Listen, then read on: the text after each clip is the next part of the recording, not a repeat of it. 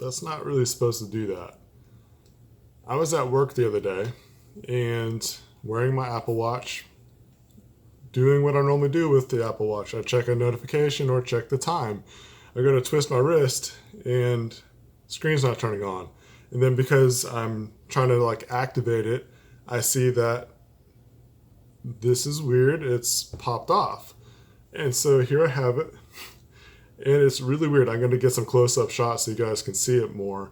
But it's like right around where the flat part goes into the curved part of the screen. It just pops off. Like, I don't know how it happened. I have a desk job. I'm riding the desk all day. I'm not doing too much active during that time period at the office. You know, I'm looking all around it to see if, you know, any bump marks or anything like that, but no. So I tweeted out, I posted on social media about what happened, and I just kind of lifted it up. I didn't like show you under the hood, but it appears that the battery probably got swollen. You can kind of see some curvature where it's at. Thing is, I don't know what the original battery looks like in its new state, so it's hard for me to tell.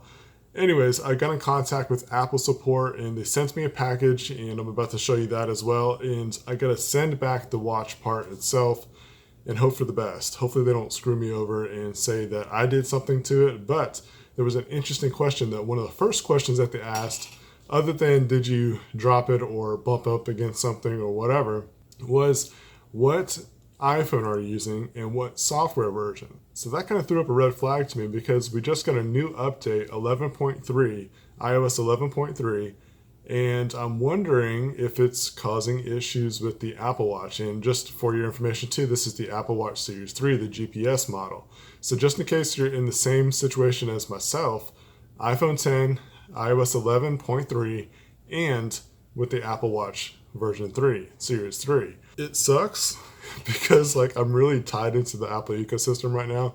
I'm going to make a whole different video about that.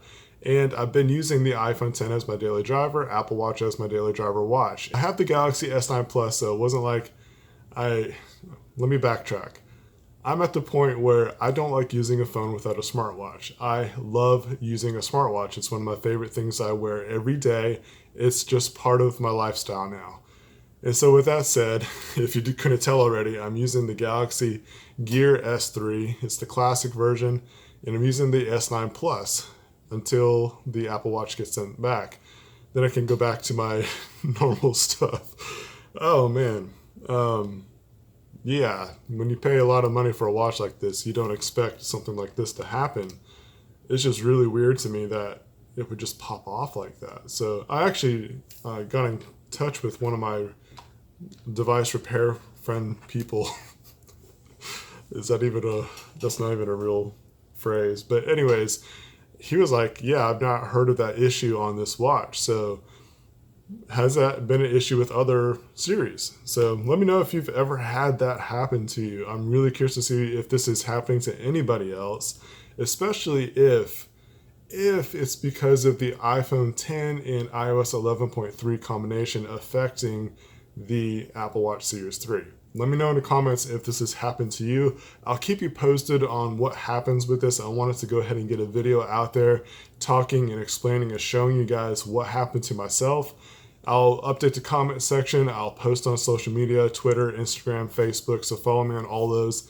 Links are down below in the video description. With that said, make sure you subscribe to the channel, hit that notification bell so you don't miss any kind of update videos like this. I also post reviews, opinions, just, you know, stuff about tech. So thanks guys for watching, and I'll catch you guys the next video.